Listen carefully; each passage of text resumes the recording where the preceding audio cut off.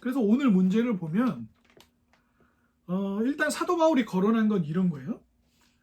내가 듣기로 지금 고린도 교회 안에 음행의 문제가 하나님이 주신 성, 남성, 여성, 그리고 남성과 여성이 하나를 이루어 자손을 낳고, 또 남성과 여성이 하나를 이루어서 하나님이 아담에게 왜 하와를 만들어 주셨어요? 창세기 뭐라고 돼 있어요? 아담을 만드셨는데 아담이 혼자 있는 걸 보니까 하나님이 보기에 어떻다고 그러셨죠? 창세기에 계속 하나님이 세상을 창조하실 때 뭐라고 돼 있어요? 창세기에 하나님이 보시기에 좋았다 이렇게 돼 있어요. 그러니까 하나님 보시기에 좋았다는 것은 하나님의 마음에 흡족했다는 말이기도 하지만 그게 하나님, 선하신 하나님의 뜻에 맞았다. 그게 선하고 가장 아름다운 형태로 존재했다 이런 말이거든요. 그런데 아담을 지으시고 좋으셨는데 아담이 혼자 있는 걸 보니까 안 좋으셨어요. 그래서 어떻게 했죠? 아담을 잠들게 하고 갈비뼈를 하나 뽑아가지고 그걸로 하와를 만드셨어요. 근데 뭐 여인을 남자의 갈비뼈로 만들었다고 해서 남성이 더 우월하다 이런 거 아니에요. 그래서 또 농담으로 어떤 분들은 아담을 만들고 하와를 만들었으니 뭐예요? 하와가 더 신제품이니까 여성은 더 남성보다 나은 존재다. 뭐 참 이런 이상한 해석들을 말도 안 되게 하는 분들이 역사적으로 계속 있었어요. 다 말 안 되는 거예요. 그래서 아담으로부터 갈비뼈를 취해서 여인을 만드셨는데 어디서 그런 이상한 소리 하는 사람 있으면 그런 거 들으시면 안 돼요. 네. 그래서 하와를 만드시고 이제 둘이 같이 있는 것으로 부부로서 존재하는 거 보고 하나님 어떻게 하세요? 보시기에 좋았다. 그러니까 남자와 여자가 남성과 여성으로 존재하면서 이 남성과 여성이 결혼을 통해서 하나 된다는 것은 하나님이 가장 기뻐하시는 이 우리 존재를 향한 하나님의 뜻이에요. 그런데 이 존재에게 허락하신 게 뭐예요? 남성과 여성으로 존재하는 이 두 남성과 여성에게 하나님이 부부로서 하나됨을 허락하시는 것 중에 육체적으로 또 정신적으로 영혼적으로, 그러니까 육체로서 남자와 여자가 하나 되는 것은 육체로서만 하나 되는 게 아니에요. 정신과 영혼도 인격적으로 하나 되는 일로 우리를 부르신 거예요. 심지어 많은 학자들은 성부와 성자와 성령께서 신적 본질을 하나로 가지고 계시고 영원한 사랑을 나누시는 것을 해석한다고 할 때 그 영원한 하나됨의 기쁨을 남자와 여자가 하나를 이루는 과정, 그 부부로서 하나 되어가는 과정이 이 삼위 하나님 안에서 누리는 사랑을 더 깊이 깨닫는 일로 우리를 부르시는 내용으로 해석하기도 합니다. 그렇기 때문에 채울이나 또 채울이보다 더 어린 루디아나 이렇게 어린 아이들도 난 누가 좋아, 나는 그 아이가 좋아, 손 잡는 것도 좋아. 왜 우적임세요? 뭐라 지금 잘 알고 있는 거죠? 그러니까 같이 있는 걸 좋아하잖아요. 자기가 좋아하는 여자아이나 남자아이랑 같이 노는 걸 좋아해요. 손잡고 어디 가는 것도 좋아하고 같이 음식을 먹는 것도 좋아하고. 아이들이 소꿉놀이 하면서 배우는 게 뭐예요? 여보 잘 갔다 와요. 이런 소꿉놀이를 왜 해요? 그것에서 좋음을 발견하는 거예요. 기쁨을 발견하는 거거든요. 그 하나님이 그것을 주신 거예요, 우리에게. 그런데 사도 바울이 듣기로 지금 어떤 일이 생겼어요? 이 고린도 교회 안에 어떤 사람이 자기 아버지의 어머니와 육체적인 음행을 저질렀다라고 하는 일이 사도 바울에게 들린 것이죠. 이 어머니는 아마 계모일 가능성이 높아요. 그러니까 친어머니는 아니고 이 아버지가 계모일 가능성이 높고 이 어머니는 믿음이 없는 사람 같아요. 근데 이 일을 저지른 남자는 이 고린도 교회의 일원인 거예요. 사도 바울이 이제 이 내용을 들은 것이죠. 그런데 오늘 본문을 잘 보셔야 돼요. 사도 바울은 그 사람에 대한 얘기만을 하지 않아요. 지금 뭐라고 얘기하냐면 2절에 그런 일이 있고도 너희가 오히려 교만하여져서 어찌하여 통한이 여기지 아니하고 그 일 행한 자를 너희 중에서 쫓아내지 아니하니. 지금 잘 보세요. 사도 바울은 이 남자 얘기를 만을 하는 게 아니라 고린도 교회에게 얘기를 하고 있어요. 그죠? 문제는 교회 공동, 이게 한 사람에게 일어난 음행의 문제가 그 사람의 문제로 그치지 않고 교회의 문제라고 사도 바울이 얘기하고 있어요. 교만해져서 이 문제를 아파하고 이 문제로 인해서 이 형제를 제대로 다스리고 죄를 깨닫고 회개할 수 있도록 치리를 하지 않고 교만하게 방치해뒀다는 거예요. 이 교만하게 방치해뒀다는 건 여러 가지 배경이 있을 수 있어요. 어쨌든 당시 로마 사회는 여러 가지 성적으로는 상당히 개방된 문화를 갖고 있었던 건 맞아요. 특히 귀족층들이. 그런데 사도 바울이 뭐라고 지적하냐면 이거는 유대인들이 아닌, 그러니까 여기서 이방인이라는 표현은 유대인을 제외한 모든 사람들을 얘기하는 거예요. 로마 제국 안에 살고 있는 다른 이방인들조차도 안 하는 짓을 했다는 거예요. 지금 예수 믿는 사람이. 예수님을 믿는 그리스도인이 안 믿는 사람들도 하지 않는 음행을 저질렀는데 고린도 교회는 지금 어떤 상황이었어요? 나중에 뒤에 다른 문제들도 보겠죠. 무슨 우상에게 드렸다가 나온 음식을 먹어야 되냐 말아야 되냐, 부활이 있냐 없냐, 그리고 교회는 분열되어 있는 상황이었잖아요. 그리고 무슨 문제가 생겨가지고 세상 법정에 가가지고 소송을 하냐 마냐, 이게 6장에도 나와요. 그리고 은사를 가지고 서로 다투는 문제도 나와니까 이런 복합다단한 문제들 속에서 고린도 교회는 어떤 상황이었어요? 이런 문제들을 가지고 있고 교회의 교회됨을 많이 상실하고 흔들리고 있는 상황이었어요. 그러면서도 구원에 대한 잘못된 이해를 가지고 우리는 더 자유하게 됐잖아. 우리는 예수님을 믿음으로 죄를 용서받았잖아. 더 자유하게 됐잖아. 우리는 예수님 안에서 진리를 통해서 자유를 누리게 됐잖아. 그래서 이런 일들을 방치하는 일이 교회 안에 생겨났다는 거예요. 그러니까 어떻게 보면 오늘날의 이해로 보자면 좀 이해하기 어려운 얘기일 수 있어요. 왜냐? 개인주의가 상당히 발달한 세상 속에서 개인에게 일어난 일이면 개인한테만 얘기하면 되지, 이걸 왜 교회적인 일까지 사도 바울이 확대시키고 있냐, 이렇게 이해할 수 있는 사람들도 있을 수 있어요. 그러나 사도 바울은 교회를 이야기할 때 교회는 그리스도의 전이고 교회는 그리스도와 연합되어 있고 교회는 그리스도의 몸이다. 나중에 은사 문제를 다룰 때도 그렇게 등장해요. 그러니까 교회는 나 혼자 있는 게 아니에요. 그냥 내가 특별히 우리 교회 형제자매들하고 나쁜 일 안 하고 목사님하고 나쁜 관계가 아니고 그러면서 나 혼자 신앙생활 잘하면 되지. 아니에요. 아닙니다. 교회는 그리스도의 몸이고 우리는 하나예요. 그리고 우리가 하는 행동과 말과 우리 개인의 상태는 나 개인만이 아니라 이 공동체 전체의 사람들에게 영향을 미칩니다. 그래서 사도 바울이 교회에게 이 문제를 지금 이야기하고 있어요.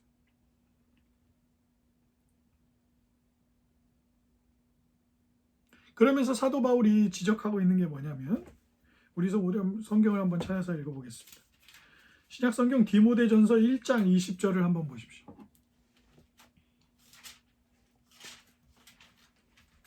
신약 성경 디모데전서 1장 20절입니다.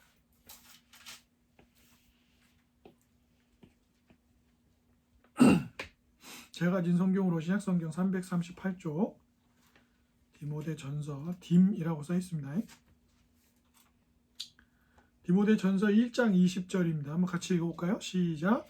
그 가운데 후메네오와 알렉산더가 있으니 내가 사탄에게 내준 것은 그들로 훈계를 받아 신성을 모독하지 못하게 하려 함이라. 제가 다른 본문도 읽어드릴게요. 오늘 우리가 읽었던 데살로니가후서 2장에 보면 이런 내용이 나와요. 이런 자들은 주의 얼굴과 그의 힘의 영광을 떠나서 영원한 멸망의 형벌을 받으리로다. 그날에 그가 강림하사 그의 성도들에게서 영광을 받으시고 모든 믿는 자들에게서 놀랍게 여김을 얻으시리니 이는 우리의 증거가 너희에게 믿어졌음이라. 오늘 본문을 보면서 좀 어려운 부분이 있으셨을 거예요. 몸은, 육신은 사탄에게 뭐라고 했습니까? 내어주고, 그러면서 어떻게 하라 했습니까? 육신은 멸하고 영은 주 예수의 날에 구원을 받게 하려 함이라. 요 문맥들이 좀 뭘 내주라는 거, 그것도 사탄에게 내주라는 거, 이게 좀 어려우셨을 거예요. 이게 무슨 말이냐면, 육신이라는 단어가 항상 똑같은 의미로 쓰이는 건 아닌데요. 육신이라는 말이 고린도전서 3장 3절이나 로마서 7장이나 8장, 그리고 갈라디아서 5장에서는 하나님을 대항하는, 반항하는 인간의 본성을, 죄된 본성을 가리키는데 이 육신이라는 단어가 쓰여요. 그러니까 사도 바울이 그 형제의 육신은 사탄에게 내주라, 이 말이 무슨 말이냐면, 사탄은 어떤 역할을 합니까? 하나님에게 우리를 대적하도록 만들고, 하나님이 우리의 믿는 성도들조차 하나님이 주신 은혜와 복을 누리지 못하고 하나님이 주시는 은혜를 오해하게 만들거나 남용하게 만들죠. 그래서 남용하면 어떻게 돼요? 하나님이 은혜를 주시니, 그리고 우리는 이미 구원을 받았으니 이런들 어떠하리 저런들 어떠하리, 이렇게 되는 거죠. 우리는 은혜 받았고 구원은 받았고 구원은 취소가 될 리가 없고, 하나님 우리에게 자유를 주셨으니 이 여자도 만나고 저 여자도 만나고 그리고 삶은 회개하면 되지 뭐, 이런 잘못된 은혜를 남용하는 의식들이 있는 거예요.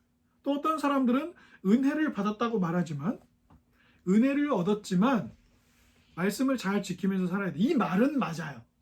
그런데 은혜를 받아서 주님 안에서 복을 얻어서 복음으로 구원을 얻어서 주님을 사랑하는 마음이 생겨서 말씀을 지키는 거라, 은혜는 얻었으니 말씀을 지켜야지 라고 하는 뉘앙스에는 내가 은혜를 얻었지만 여전히 말씀을 순종해야 구원을 받을 수 있다는, 자기가 스스로를 구원할 수 있다, 내가 말씀을 지켜서 내가 하나님 말씀 잘 지키면 구원에 그게 더 보탬이 되는 식으로 또 왜곡시키는 경향이 우리에겐 늘 있어요. 그래서 기독교 역사 속엔 늘 이 두 가지가 있었어요. 하나는 율법주의. 율법주의는 뭐예요? 내가 하나님 말씀 지켜서 구원 얻는다는 사람들이 있고, 율법 폐기론을 주장하는 사람들이 있어요. 어떤 사람들이요? 아니 이제 구원 얻는데 율법이 뭐가 필요해? 그냥 사랑으로 살면 되지. 그러면서 하고 싶은 짓 막 짓고 사는 거예요. 이 두 가지 경향이 늘 기독교 역사에서 있었습니다. 복음을 복음으로 누리지 못하게 만드는 이 두 성향이 있는 것이죠. 뿌리는 결국에 같아요. 하나님의 뜻을 어기는 거죠. 그러니까 지금 이 형제가 저지른 음행의 문제가 세상에 존재하는, 그리고 하나님의 뜻과는 반하는 자기 육신의 즐거움을 찾기 위해서 저지른 일인데, 이러한 일은 하나님을 향해서 반항하는 인간의 죄된 본성인 죄성을 드러내 보여주는 것이니, 그리고 이러한 일에는 누가 주도적으로 일을 합니까? 이건 사탄이 그렇게 사람들을 이끌어가고 유혹하고 흔들어 제끼잖아요. 그러니까 이 형제가 그런 고린도 안에 있는 문화에 넘어가서 그런 일을 저지르는 것, 그런 죄성으로 저지르는 일을 설명하는데 이 용어를 쓰는 거예요, 지금. 네. 그래서 죄된 본성은 그렇게 사탄에게 내어줘서 이 문제를 처리해버리고 치워버리고 다시 정죄받고 그 문제를 치워버리고 주께로 돌이키게 하도록 하자라는 데 문맥이 있는 거예요. 그런데 우리에게 익숙하지 않은 이 설명의 패턴을 사용한 거죠. 고린도 교회 사람들에겐 충분히 이해하고 쉽게 받아들일 만한 내용이지만, 지금 우리가 읽기에는 몸은 내주고 영혼만 구원하라는 거야, 막 이런 식으로. 근데 여기서 몸은 죄된 본성, 그 하나님을 거스르려고 하는 그 문제는 잘라내어 내어버리고 라고 하는 설명으로 이 설명을 하고 있는 것이죠. 그래서 갈라디아서 5장 24절에 보면 육신의 욕망을 죽이게 하고 결과론적으로는 주님 다시 오실 때는 치리를 받고 회개하고 나서 결국 주님께로 다시 돌이키는 것들을 설명하기도 합니다.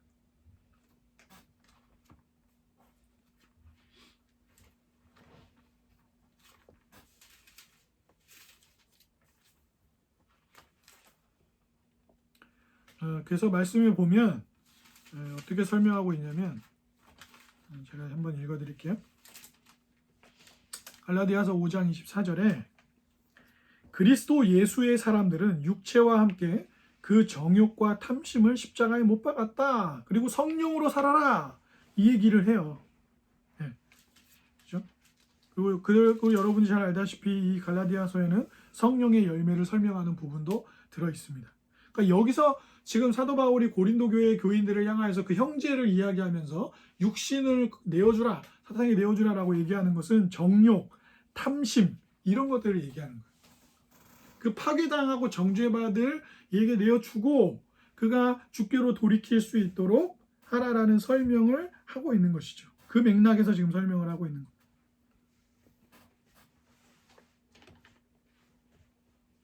그리고 이 문제가 이 형제 한 명의 문제가 아니라 그 형제를 제대로 치리해서 회개하고 주님께 돌이키도록 하지 않고 있는 여러분들의 행동은 교회를, 그리스도의 몸인, 그리고 성령의 전인 교회를 어떻게 하고 있다는 거예요? 빵 만들 때 누룩, 이스트를 집어넣으면 이 빵 전체에 영향을 미쳐서 부풀게 만들잖아요. 그 누룩을 설명하면서 이 형제를 그렇게 방치시킴으로써 여러분들이 주님의 말씀보다 여러분의 판단이 더 낫다는 교만함을 계속 방치시키지 말고 이 누룩이 교회 안에 다 퍼져서 그리스도의 몸 전체를 망가뜨리도록 내버려 두지 말고 형제를 치리하고 주께 돌아오도록 하는 일을 함으로써 어떻게 하라는 거예요? 예수 유월절 어린 양이신 예수 그리스도가 죽고 부활함으로 하나님께로 여러분을 이끌어서 새롭게 하신, 그리고 예수님 믿기 전에는 여러분의 몸과 영혼을 사탄에게 내어주고 공중 권세 잡은 자를 따르던 삶에 있던 그대로 잊지 말라는 거예요. 이제 예수 마치 이런 거죠. 예전에는 사람들이 태양이 지구를 중심으로 돈다고 생각했단 말이에요. 지구가 중심에 있고 태양과 수성, 금성, 화성 이런 것들이 지구를 중심으로 돈다고 생각했어요. 그죠? 그런데 코페르니쿠스나 막 이런 사람들이 등장해가지고 아니라고. 태양이 중심에 있고 지구와 다른 태양계에 있는 별들이 태양을 중심으로 도는 거라고 얘기했어요.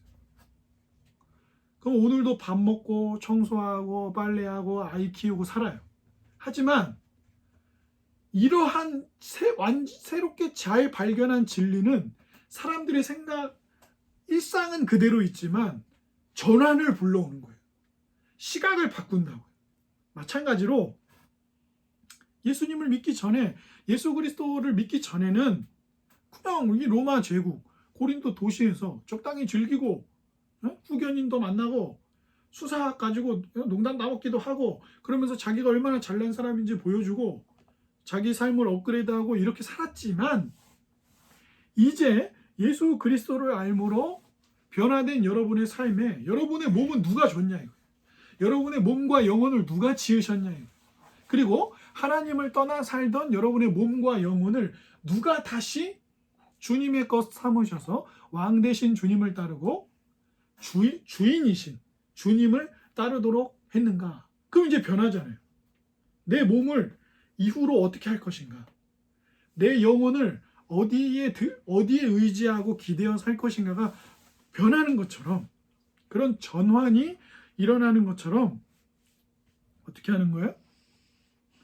예수 그리스도가 6월절 어린 양처럼 피를 흘려서 6월절 때 어떻게 했어요?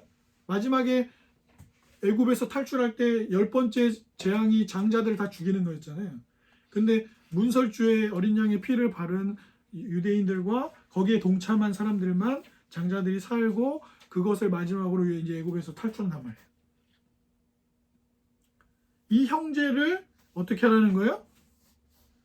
문설주 밖에 그 피가 칠해져 있지 않은 문설주 밖에 그 죄된 본성을 던져버리고 그 정욕과 탐심을 내어버리고 십자가에 못 박고 다시 회개하고 돌이켜서 여러분의 몸을 어떻게 하라는 거예요? 주님 주시고 주님이 구원하신 뜻대로 쓰라는 거예요. 이 몸을 세상의 방식과 세상의 가치와 세상의 신념과 세상의 유행대로 내어두지 말고 여러분의 몸도 하나님의 것이니 하나님의 것답게 복음이 요구하는 방식대로 여러분의 몸을 써라. 복음이 요구하는 삶에 합당하게 여러분의 몸과 마음을 써라 라고 이야기하는 거죠. 그렇게 하지 않으면 어떻게 돼요?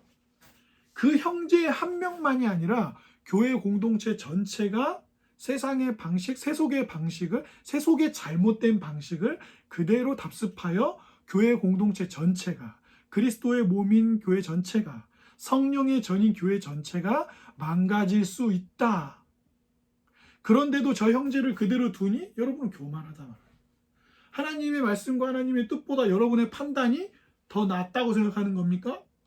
아닌데 왜 이것을 방치해 둠으로써 그 형제도 망가지게 하고 교회 그리스도의 몸인 여러분의 교회도 망가뜨리고 있습니까? 라고 이야기하고 있는 것이죠. 오늘날은 엄청나게 뭐가 다른가요? 타인에게, 다른 사람에게 큰 피해만 주지 않는다면 어른이 되면, 미성년자는 또 그런 게 안 된다고 하지만 어른이 되면 내가 무슨 누구와 어떤 관계를 맺고 살든 동의만 얻을 수 있다고 한다면 괜찮지 않냐? 과연 그럴까요? 과연 그럴까요? 내가 A라는 여성을 만나고 B라는 여성을 동시에 만나고 뭐 어떤 때는 즐기는 곳에 가서 그냥 아무도 모르는 사람과 하룻밤을 육체적인 연합을 하고 그러면서 서로 동의하고 나쁜 짓만 아니면 세상 법에 정한 범죄를 저지르는 것만 아니면 괜찮다. 괜찮지 않냐? 과연 그럴까요? 다양한 선택지가 있지 않냐? 과연 그럴까요? 실제로 미국에서 통계조사를 했는데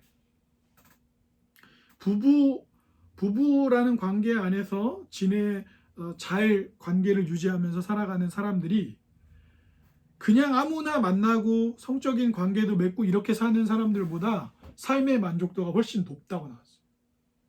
사람들은 말하기로는 무슨 어떻게 한 사람하고 평생을 살아? 그리고 결혼하면은 뭐 좀 살이 찌기도 하고 뭐 이렇게 하고 하는데 두 사람이 뭐 아름다운 그런 육체적인 연합을 이루고 그럴 수 있어? 말도 안 되니. 그냥 뭐 범죄를 저지르지 않는 이상 다양한 사람들 만나고 살면 되지. 라고 사람들은 그렇게 자꾸 말하고 많은 사람들이 그런 의식을 가지고 있지만 실제로는 그렇지 않다라는 통계와 조사들이 훨씬 많아요. 근데 얘기 안 하죠. 그런 건 얘기 안 해요. 왜요? 우리가 살아가고 있는 유행과 문화에 반하잖아요. 그죠? 얘기 안 한다고.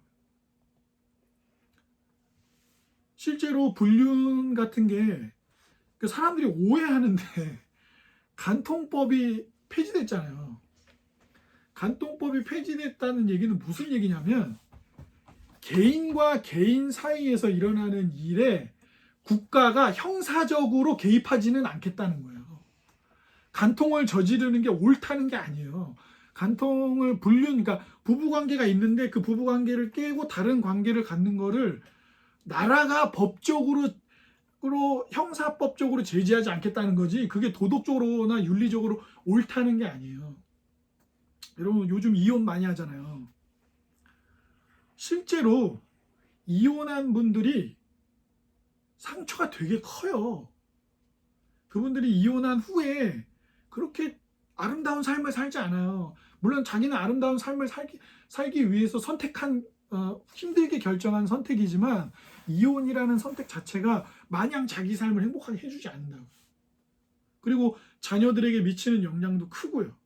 뭐 어떤 자녀들은 뭐 어른이 되고 뭐 이래서 쿨하게 엄마 이혼해 난 상관없어 뭐 이렇다고 하는데 그렇지 않아요. 그렇게 간단한 문제가 아니에요 그게. 그래서 사실은 결혼이라는 것을 쉽게 하면 안 되는 거고, 그렇죠? 이혼이라는 것도 그렇게 쉽게 내릴 수 있는 결정이 아닌 거예요. 뭐 요즘에는 쉽게 할 수 있는 문화가 되었다고 해서 또 했다고 해서 그게 개인이나 가족에게 아무 상처도 주지 않고 괜찮지 않아요. 전혀 안 괜찮아요. 생각보다 타격도 크고 심리적인 변화도 크고 상처도 큽니다. 그리고 나 이외에 다른 사람들에게도 상처를 주고요.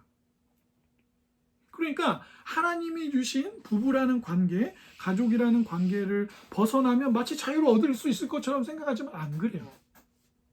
생각보다 상처도 크고 문제들도 크게 일어납니다.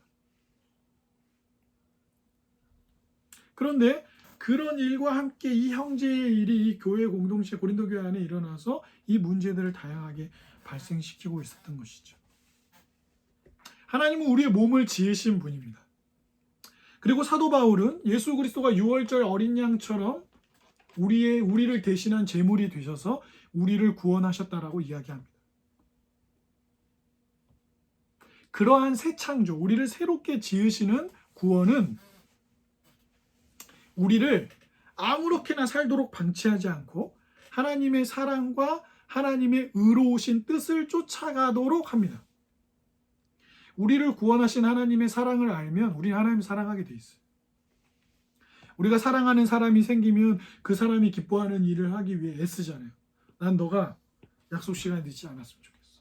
난 당신이 담배를 끊었으면 좋겠어. 어떤 그 영상을 하나 봤는데 한 4살쯤 돼 보여, 3살, 4살쯤 돼 보이는 딸이 아빠한테 그러더라고. 진짜 지겹다 아빠. 담배 좀 끊어라. 어? 이 더러운 냄새를 내가 집에서 맡아야 돼. 내가 막 띡띡거리는 거야 아빠한테. 몇 번을 끊으라고 얘기를 했냐라는 거예요. 그러니까 그 덩치 크고 아빠의 그 다음에 고개를 푹 숙이고 딸한테 아무 말을 못하는 거예요. 그래 아빠 잘못했어. 그러니까 아니 그게 딸이 아니라 딴 사람이 얘기했다고 생각하면 그냥 길에 지나가는 저 같은 사람이 진짜 지겹네요. 당신의 담배 냄새. 이랬으면 그 사람이 저한테 화를 냈겠죠. 당신이 뭔데 나한테 그러냐. 근데 자기가 사랑하는 딸이 그러니까 아무 말을 못하고 고개를 푹 숙이고 있는. 그러니까 엄마가 웃기니까 그걸 찍은 거예요. 이렇게. 우리를 구원하신 하나님의 사랑을 깨닫고 우리가 그 구원하신 사랑이 얼마나 큰지 알면 주님의 뜻은 우리의 삶을 아름답게 빚어가는 질서라는 걸 우리는 인식하게 돼요. 패러다임이 전환되는 거죠. 그리고 그러한 하나님의 뜻을 따르는 삶은 나 개인 한 사람뿐만 아니라 공동체 전체에게 아름다운 질서를 부여합니다. 그리고 여기에는 뭐가 필요합니까? 훈련과 헌신이 필요해요. 자기의 것을 아무것도 쓰지 않고 그냥 홀로 있으면서 교회 공동체가 세워지거나 이 교회를 통해서 복음이 전해지거나 교회 때문에 세상이 아름다워지는 일은 일어나지 않습니다.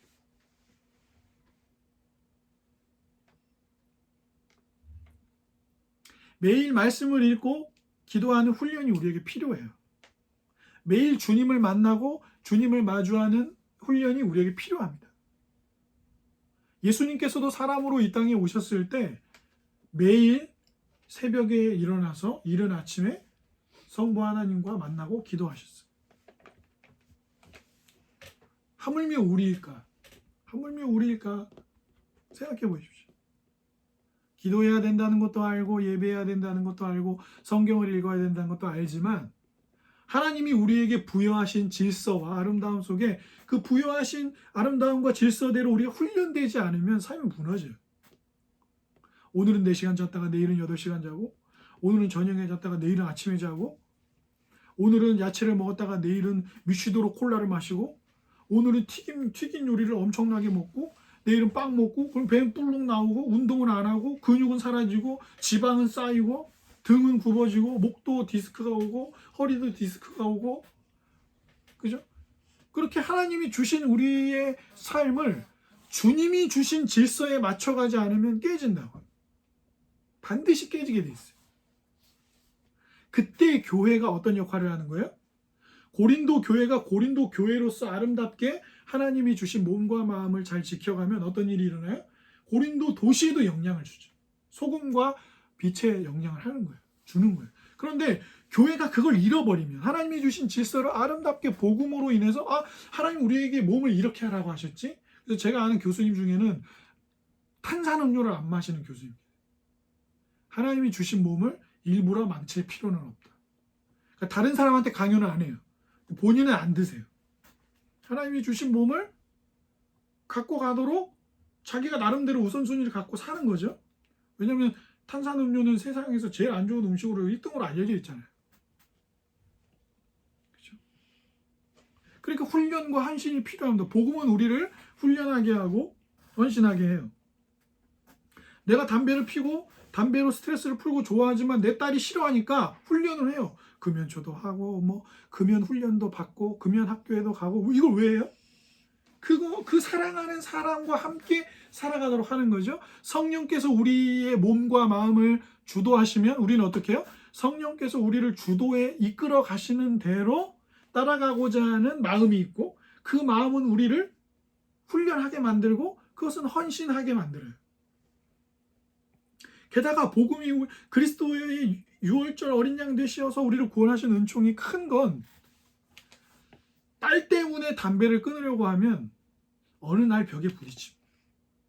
저희 아버지도 살아계실 때 술을 안 먹고 담배 피지 말라고 의사 선생님한테 응급실에 여러 번 실려 들어가서 얘기 들으셨거든요. 이게 뭐 이렇게 생각만큼 잘 못 끊으시더라고요. 그 얘기는 곧 무슨 얘기예요? 내가 뭔가를 훈련하고 헌신하는 삶, 질서를 따르겠다고 하는 것은 이 세상을 지으시고 우리를 새롭게 구원하신 성령님의 이끄심이 아니면 안 되는 거예요. 그거는 안 됩니다. 의지가 강하다거나 뭐 이런 걸로 되지 않냐고 얘기하는 경우들이 많은데 그것은 뭐라 그럴까? 본래적 원래의 에너지가 될 수 없어요. 나를 움직이는 에너지가 될 수 없다고요. 내 자식을 위해서, 남편을 위해서, 아내를 위해서, 부부관계도요. 저 사람한테 맞춰줘야지 하면 한다고 아름답게 되는 게 아니에요. 둘이서 하나님의 뜻에 맞춰가는 거죠. 그렇죠? 비굴하게 상대의 뜻에만 비굴하게 꿇는 건 그건 비굴한 거예요. 근데 서로가 하나님의 뜻에 맞춰가야죠. 서로가 하나님의 뜻에. 우리가 그 하나님의 질서와 뜻을 구원의 은혜 속에서 맞춰가면 복음은 우리에게 어떻게 해요? 주님을 향해서 끊임없이 그것을 사랑하고 지켜갈 수 있는 은혜를 공급하고 그 은혜는 우리를 어떻게 합니까? 교회 안에서 서로에게 그리고 우리가 살고 있는 이 대한민국 서울이라는 도시 안에서 대항적 문화를 만들어내요. 제가 그런 분을 본 적이 있어요. 그러니까 그리스도인 자기 아는 사람들 중에 그리스도인인데 부부가 있었던 거예요. 자기는 비혼주의자야. 결혼 안 하고 살기로 마음먹은 사람인데 그 그리스도인 부부와 그 부부와 함께 사는 아이가 자라는 걸 보면 결혼이 하고 싶어. 이게 대항적 문화예요. 하나님이 우리에게 주시는 은혜를 따라갈 때 우리의 삶의 양태들은 세상에게 도전을 줍니다. 저것은 단순히 종교를 가진 특정한 사람들의 삶이 아니라 나도 저렇게 살 수 있지 않을까? 나 저게 되게 좋아 보이는데? 되게 아름다운데? 라고 대항적 문화를 만들어내요. 주일날 점심에 만나서 마라탕을 먹으러 가는 학생들에게 야 우리끼리 만나서 맛있는 거 먹는 것보다 쟤를 보니까 주일날 예배 드리러 가는 게 더 좋은 것 같은데 왜 쟤는 웃고 있어? 왜 저기를 매주 가? 도대체 뭐가 좋길래 친구들하고 놀아야 되는 시간에 예배를 가는 거야? 우리랑 만나서 노는 것보다 더 좋은 게 저기 있는 거야? 라고 발견하게 되면 세상은 그 대항적 문화를 보게 돼요. 이것은 그리스도로 인하여서 일어나는 변화예요. 우리 때문에 세상이 보는 소금이고 빛입니다. 근데 이것이 어떻게 일어나요? 예수 그리스도 때문이라고 사도 바울은 이야기. 다음 주에 이어가겠지만 사도 바울은 이것이 예수 그리스도를 통해서 우리를 만드셨을 뿐만 아니라 구원하시는 하나님의 은혜 안에서 우리의 몸이 거기 있을 때. 여러분 상어가 내가 물속에서 강한 동물인데 아무리 지구 전체의 70%가 물이고 땅이 30%라도 나도 저 하늘을 보면서 저 새들과 같이 저 사자와 같이 나도 땅 위로 한번 가보고 싶어. 그럼 나면 어떻게 돼요? 죽는 거예요. 그건 자유가 아니에요.